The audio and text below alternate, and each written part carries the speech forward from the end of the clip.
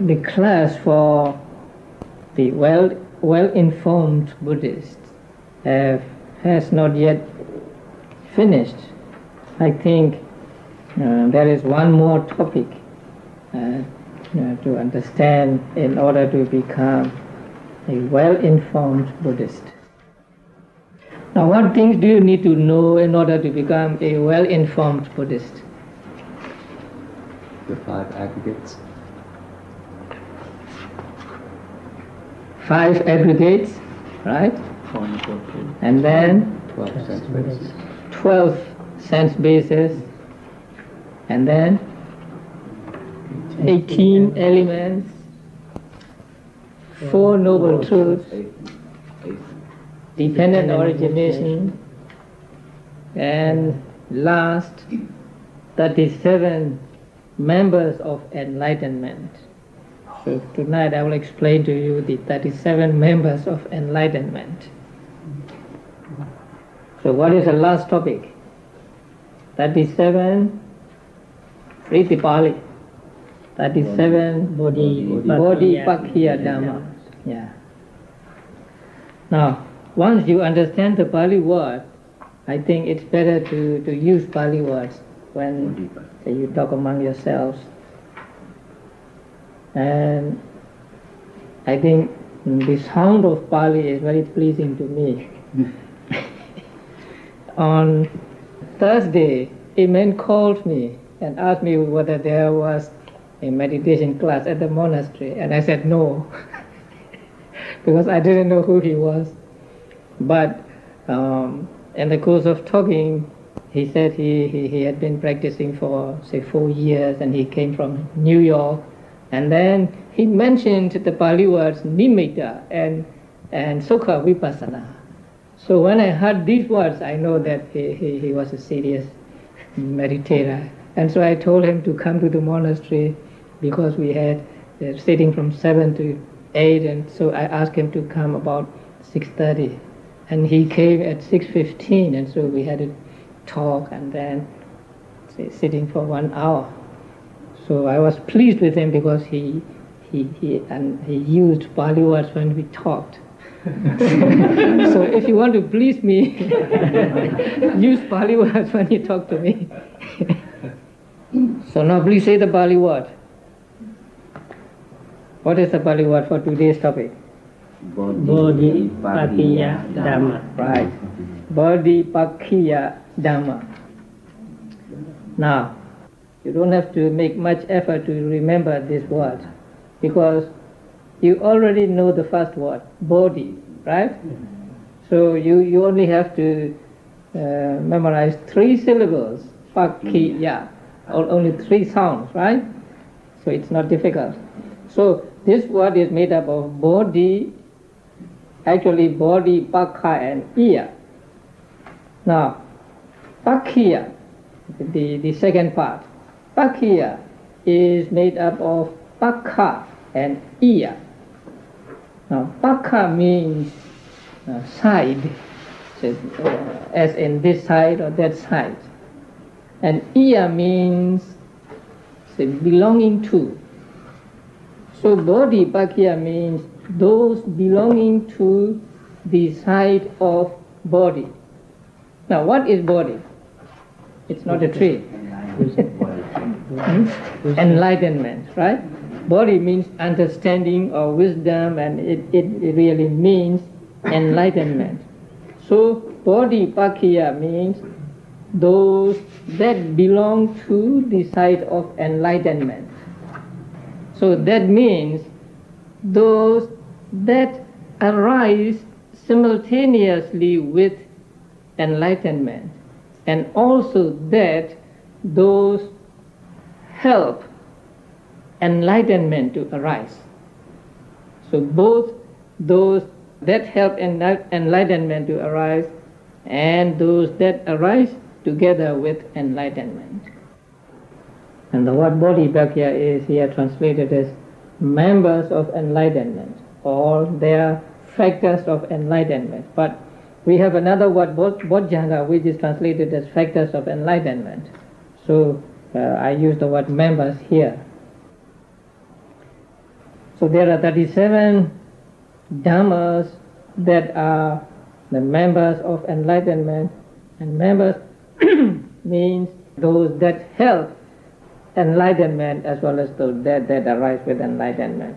And there are 37 of them, and they are given here in how many groups? 1, 2, 3, 4, 5, 6, 7 groups. So what is the first group? Satipatthana. Are you familiar with this word? Yes. Very familiar. Not only familiar with the word, but with the meaning of the word, with the practice. Now, so what is the meaning of Satipatthana? Foundations of mindfulness. Really means, Satipatthana means firmly established mindfulness. So foundation means that which is firmly established. So the firm mindfulness or firmly established mindfulness. So that is Satipatthana. And how many Satipatthanas are there? You see the number 4, right? So there are 4 Satipatthanas. We will come to them later. And then the next group, what? Sammapadhana. Here Samma is the same as the word Samma in Sammaditthi. Sammaditthi, Samma Sankappa and so on. So Samma means correct or good or something like that. Padhana means effort. So Sammapadhana means right effort, correct effort, or here it is translated as supreme effort. So there are how many supreme efforts? 4. Then the next group, Adhipada. Adhi means accomplishment or in the chart success. And Pada means base or means. Pada really means a foot. So the foot is the base of a man, right? So Adhipada means means of accomplishment or basis of accomplishment or basis of success. How many are there? 4. And then the next group, Indriya. And this word is translated as faculties. Indriya. How many faculties are there? 5. And then next group is Bala. Bala means power or strength. So 5 powers, 5 kinds of strength. Indriya, Bala. And then the next group, Bodhanga. Factors of enlightenment. Bodhanga is made up of Bodhi and Anga. DH is changed to JH because there is a vowel after it. So Bodhanga comes from Bodhi Anga. Anga means a part or a factor, and Bodhi means enlightenment. So Bodhanga means factors of enlightenment. How many Bodhangas are there? 7. And then the last one is what? Magganga. Magga and Anga. Anga is factor and Magga means path. So Magganga means factors of path. How many Maggangas are there? 8. So when you add them all up, you get 37. So there are said to be 37 members of enlightenment, 37 Dhammas that are conducive to enlightenment and that also arrive together with enlightenment. So the first group, Satipatthana, foundations of mindfulness. So you said there are 4 foundations of mindfulness. What are these 4? Body. Contemplation of the body, contemplation of feelings, contemplation of consciousness, contemplation of Dhamma objects. So these are called 4 foundations of mindfulness. Contemplation really means mindfulness. So mindfulness of the body, mindfulness of feelings, mindfulness of consciousness, and mindfulness of Dhamma objects or other objects. So these are called 4 foundations of mindfulness. Now, you remember that mindfulness is one cetasika among the 52 cetasikas. So one mindfulness, one Cetasika, which is mindfulness, is here described as four kinds of mindfulness. So why are there four? Now, generally we say that the four foundations of mindfulness, or the practice of four foundations of mindfulness, is to get rid of mental defilements. But specifically, each one of these contemplations has a specific function. That is why there are four such contemplations. Now, according to the teachings of the Buddha, people have wrong perceptions about things. People take things to be beautiful. Even those who practice Vipassana meditation think that some things are beautiful. Don't you think a rose is beautiful? A picture is beautiful? Or you or other persons are beautiful? So this is called a wrong perception. People always have this wrong perception. And so long as there is this wrong perception, so long as we think that something is beautiful, someone is beautiful, we will always have attachment or craving for that object or for that person. And attachment or craving is one of the mental defilements which causes suffering. So in order to get rid of suffering, we need to get rid of attachment or craving. But so long as we have this wrong perception or wrong notion that things are beautiful, beings are beautiful, we will not be able to get rid of attachment. So in order to get rid of attachment to things, Buddha taught us the contemplation on the body. I hope you remember the discourse on the four foundations of mindfulness. So in the section on the contemplation of the body, what do you find? Contemplation of the breathing, and then let's say mindfulness of breathing and mindfulness of postures, mindfulness of small postures, and that section is called it's section on clear comprehension. And then mindfulness of what? 32 parts of the body, right? Mindfulness of ugliness. Imagine seeing corpses and then applying the nature of corpses to one's own body, right? So among them, the contemplation of the 32 parts of the body and contemplation of the corpses help us to see that things are not beautiful, things are ugly. So when we practice contemplation of the body meditation, we will be able to get rid of attachment, say, to ourselves or to outside things. So in order for us to get rid of attachment to persons and things, Buddha taught us the contemplation on the body. The other wrong perception about things is that there is happiness. People think that although life is filled with some kind of suffering, there is still some kind of happiness, some kind of enjoyment in life. And so long as we see life as something enjoyable, something which can give us happiness, we will be attached to our lives. And Buddha wants us to get rid of attachment in whatever form.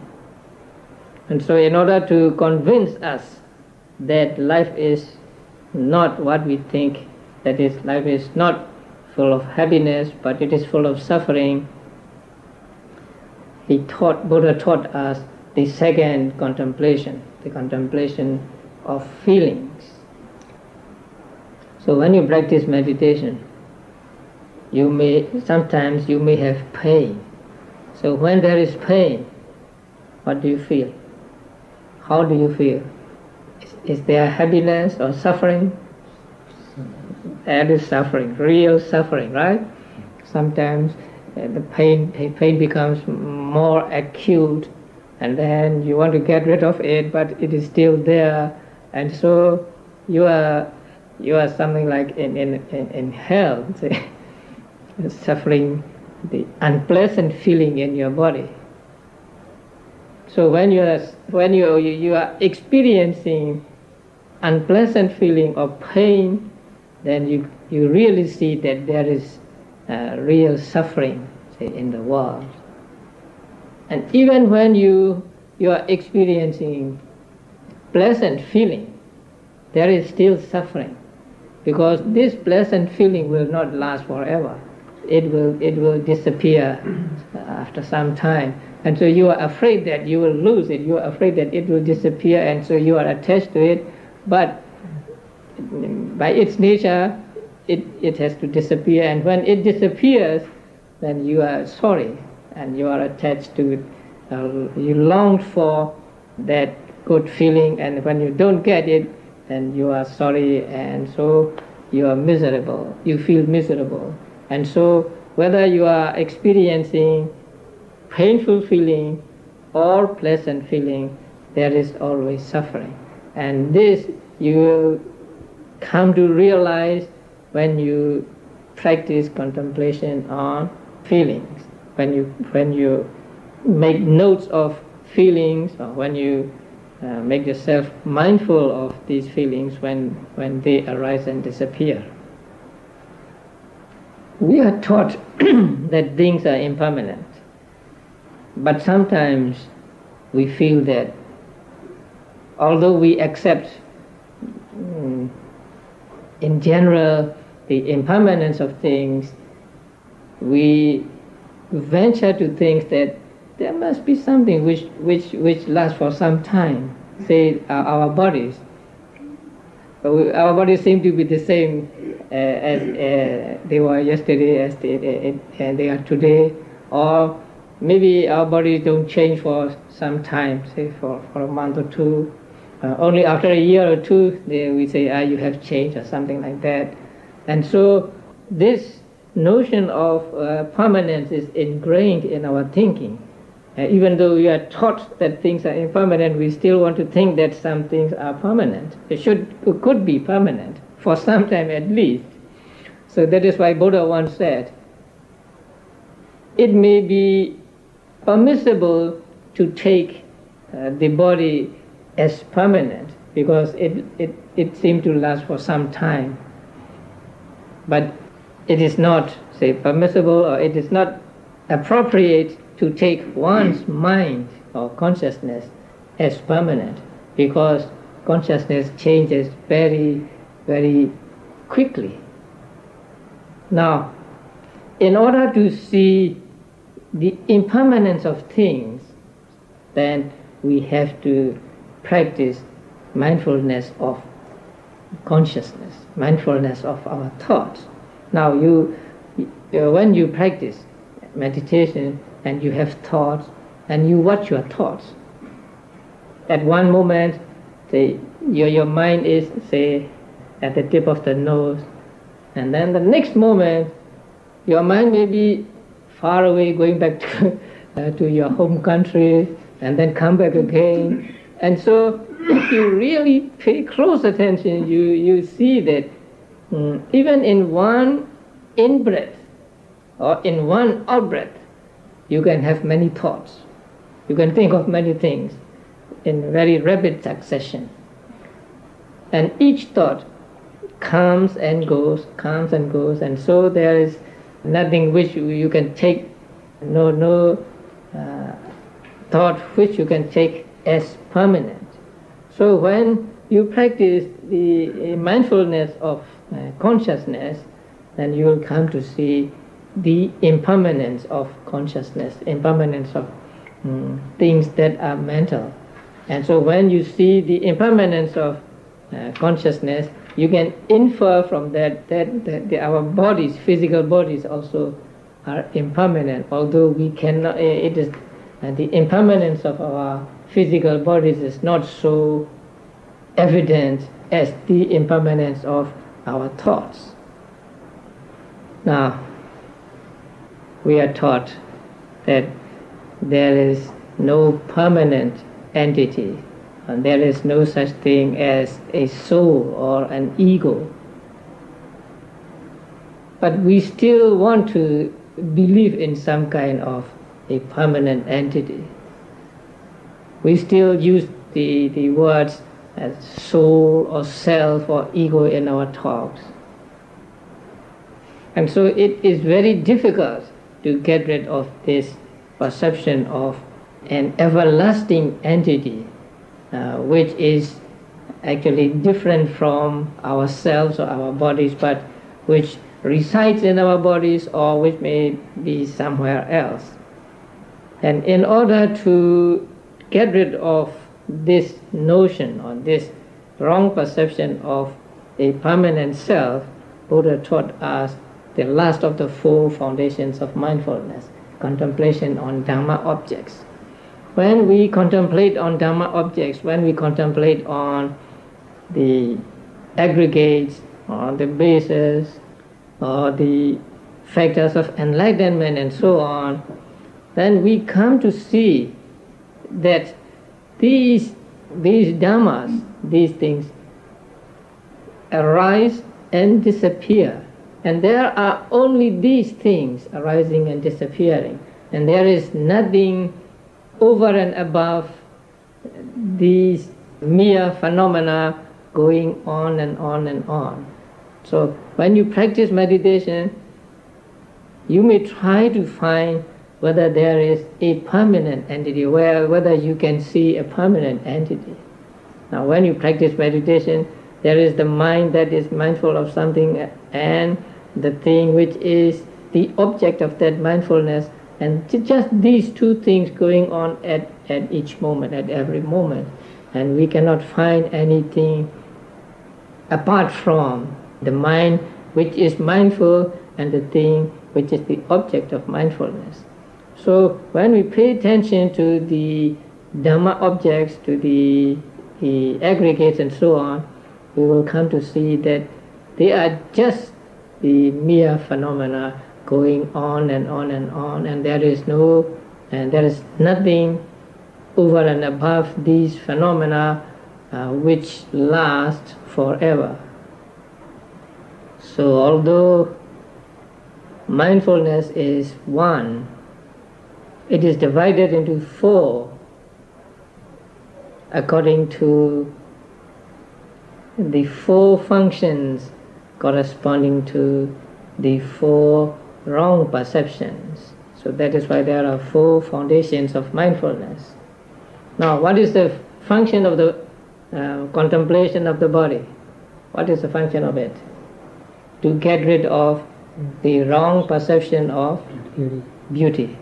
And what is the function of the second, contemplation on feeling? To get rid of the wrong perception of happiness.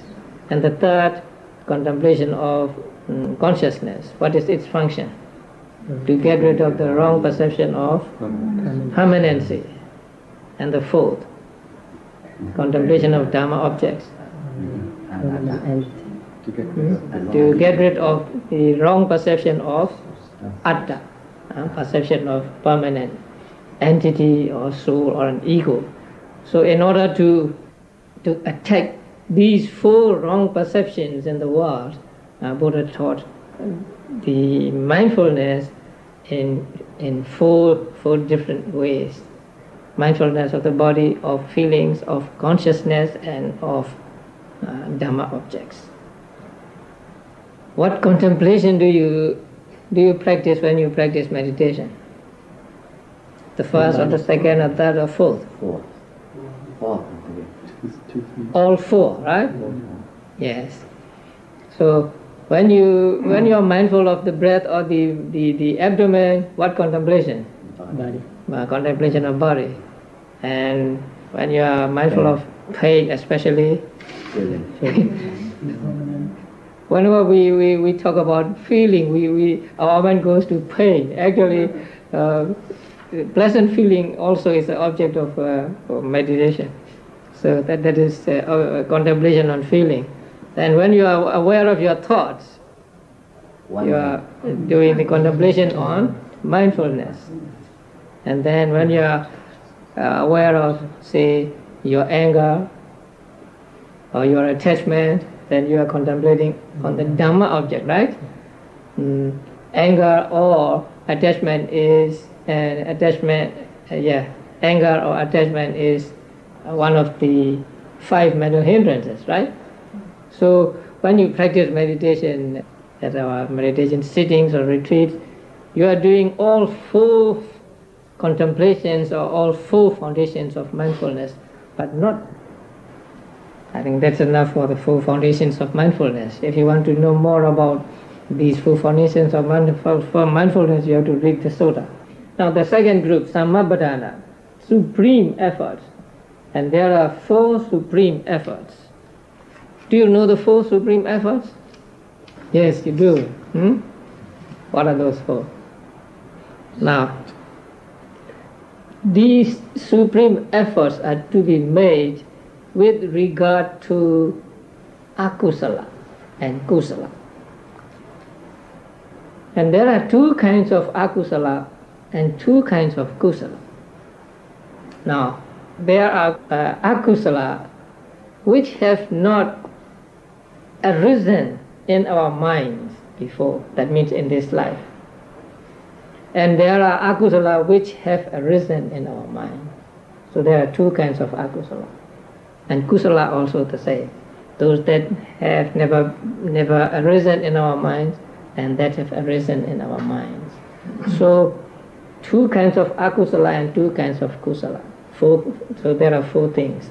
So with regard to 4 things, we have to make 4 kinds of effort. That is why there are 4 supreme efforts. Actually, effort is just one. It is also one of the cetasikas, right? So effort means in Pali virya. So virya is one of the 52 cetasikas. But here also its function is 4-fold. That's why there are said to be 4 supreme efforts. Now with regard to akusala, that have arisen before, and so they are now past. That is one aspect of akusala that has arisen. And another is that has arisen and still with us, present in our minds. So there are 2 kinds of akusala which are said to be arisen.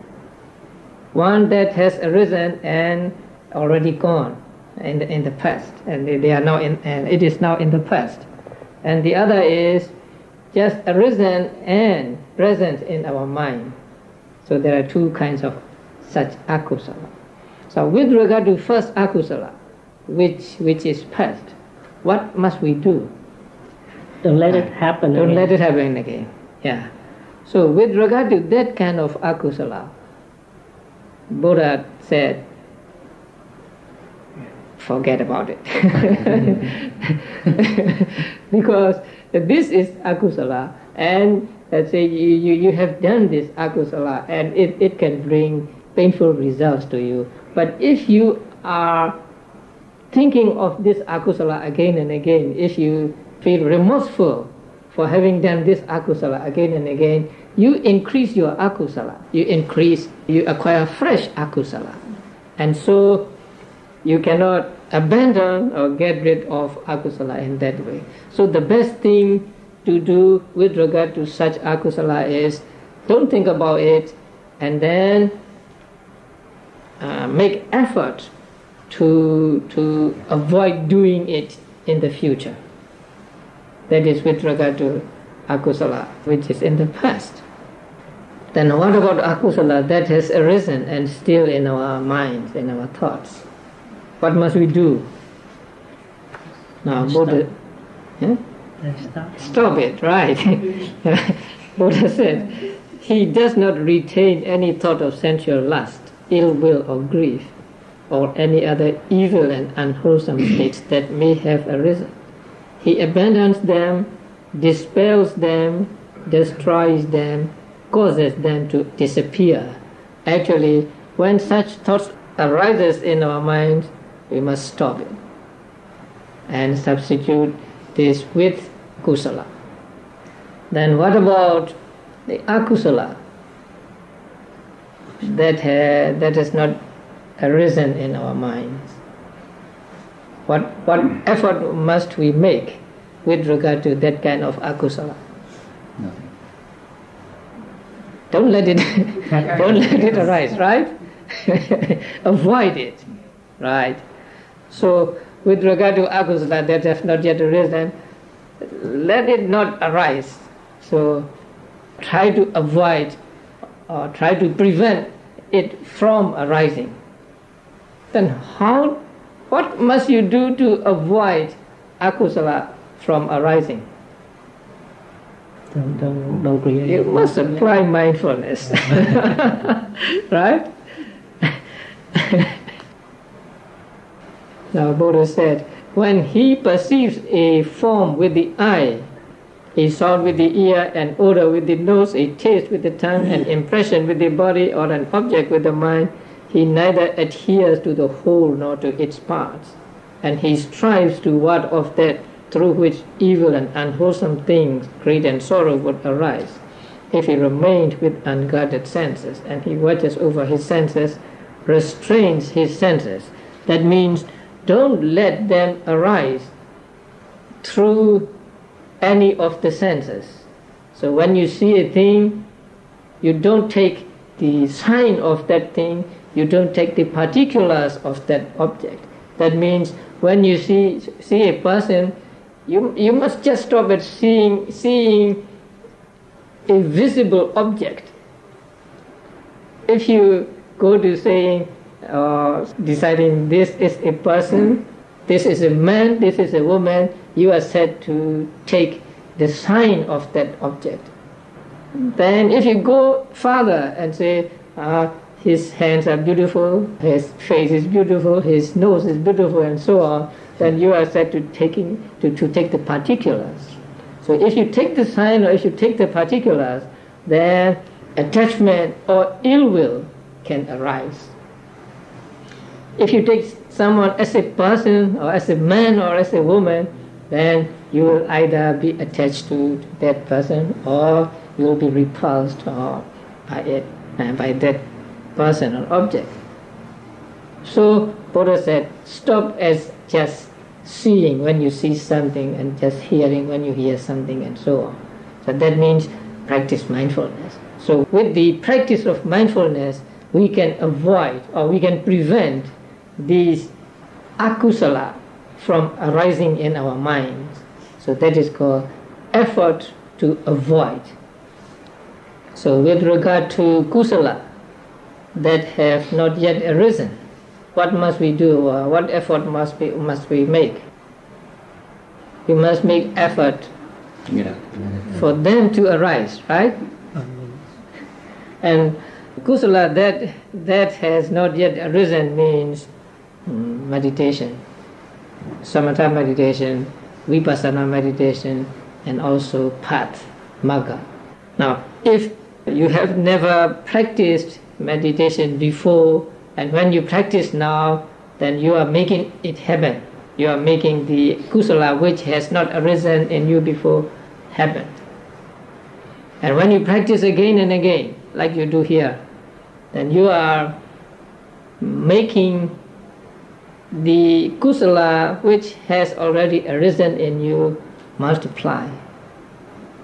So with regard to kusala that have not yet arisen, there is one function of effort, and with regard to kusala that have arisen, there is another function. With regard to kusala that has not yet arisen, the function is to make it happen. And with regard to the second kind of kusala, to make it happen again and again, to make it grow, to make it increase. So there are two functions to be done with regard to two kinds of kusala. The first effort with regard to kusala, which has not yet arisen, is called effort to develop that means effort to make it happen. And the other effort with regard to kusala that has already arisen is effort to maintain. That means effort to make it increase. So when you practice meditation, you are doing these two functions of effort. The effort to develop or effort to make happen, and effort to increase. So these two aspects of effort or virya you are doing when you practice meditation. Now, how much effort must we make? Just a little? So sometimes when teachers say, oh, you must make much effort, then they reply that, oh, it is self. And I mean, what do you call that? Mortification of self or something like that. But now, Buddha's advice with regard to making effort is, now, the disciple who is possessed of faith and has penetrated the teaching of the Master, he is filled with the thought, may rather skin, sinews and bones wither away. May the flesh and blood of my body dry up. But I shall not give up any effort so long as I have not attained whatever is attainable by manly perseverance, manly energy, and manly endeavor. So this kind of effort is called full-limbed effort or virya. May skin, sinews and bones remain, and may flesh and blood dry up. So skin, sinews and bones wither away, and the flesh and blood remain. Dry up. This is called the full-limbed effort. So we have to make real strong effort, say, to practice meditation and to achieve, say, what we intend to achieve. So Buddha said in another sutta that enlightenment cannot be achieved through just a little effort. So the effort we make must be very strong effort, although it must not be too much, or it must not be imbalanced with what? Concentration, right? Right. So these are the four supreme efforts. So we must make effort to abandon the akusala which has already arisen, and we must make effort to prevent the akusala which has not arisen, and we must make effort to develop kusala which has not yet arisen, and we must make effort to increase what has already arisen, to increase the kusala that has already arisen. So these are the four supreme efforts, and in reality these four supreme efforts are just the cetasika, which is virya or effort. So one cetasika with four aspects, and so we get four kinds of efforts, supreme efforts. Now the third group, means of accomplishment or four bases of success. Now Adhipada, the Pali word is Adhipada. Adhi means accomplishment or achievement or success. Adhi here really means jhana, magga, path, and fruition. Jhana, magga, phala. So they are the accomplishments, or actually the result of the meditation. And pada means basis or means. And so means of accomplishment means those that help jhana, path, and fruition to arise. And there are said to be how many? Four of them. What do you think you need to accomplish something? First, the desire. Desire is here. Desire means just will to do. The will to do something, not attachment, but the will to do something, and it can be either kusala or akusala. But here it is kusala. So the will to do something. In Pali it is called chanda, and it is here translated as zeal. Now we need to have strong will, say, to achieve something, to accomplish something, to practice meditation. If you have not a strong will, and you cannot practice meditation successfully. So will to do or zeal is one of the bases of accomplishment or the basis of success. Even though you have strong will to do, if you do not make any effort, you will not accomplish anything. So that the second base of success or accomplishment is effort, or strong effort. So here will means strong will, effort means strong effort. And also you need a strong mind, strong consciousness or strong mind. If you do not have strong mind, you do not have strong effort, and you do not have strong zeal, then you cannot accomplish anything. So the third base of accomplishment or success is strong consciousness, strong mind. And the fourth base of success, even though you have strong zeal, strong effort, strong consciousness, if you don't understand what you are doing, if you don't understand the business you are doing, you cannot accomplish anything, you cannot have success. So understanding is the fourth base of success or accomplishment. In this chart it is translated as investigation, because the Pali word vimansa is usually translated as investigation.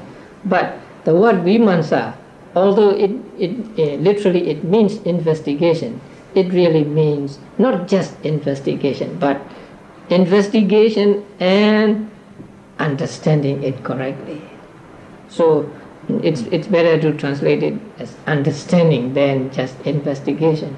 So investigation can mean just you investigate. You may get the right thing or you may get the wrong thing. But here vimansa means understanding correctly. So there are four bases of success or four means of accomplishment, and these four are what? Will to do or strong. All four must be strong. Will to do, effort, consciousness, and understanding or investigation. Okay, now up till now, how many members do we have? 12 members. Four kinds of mindfulness, 4 kinds of effort, and 4 means of accomplishment or basis of success. Okay. These are those that arise during the stage of Vipassana meditation, especially Vipassana meditation, and also those that arise together with accomplishment or together with enlightenment. So when they arise with Vipassana meditation, especially Vipassana meditation, they are mundane. But when they arise with enlightenment, they are supramundane. So these factors, these members are both mundane and supramundane. And the supramundane is actually a kind of a result of the mundane members, because in order to reach enlightenment, say we practice Vipassana meditation. So during the practice of Vipassana meditation, and these members arise in our mind, and so they belong to mundane sphere. And then when enlightenment arises, and they arise with enlightenment consciousness, and at that moment they are called supramundane. So these are both mundane and supramundane, and those that belong to supramundane are those that we can make happen, that we can develop. and then we'll stop here tonight. So we'll continue our study tomorrow. Open for questions. Yes.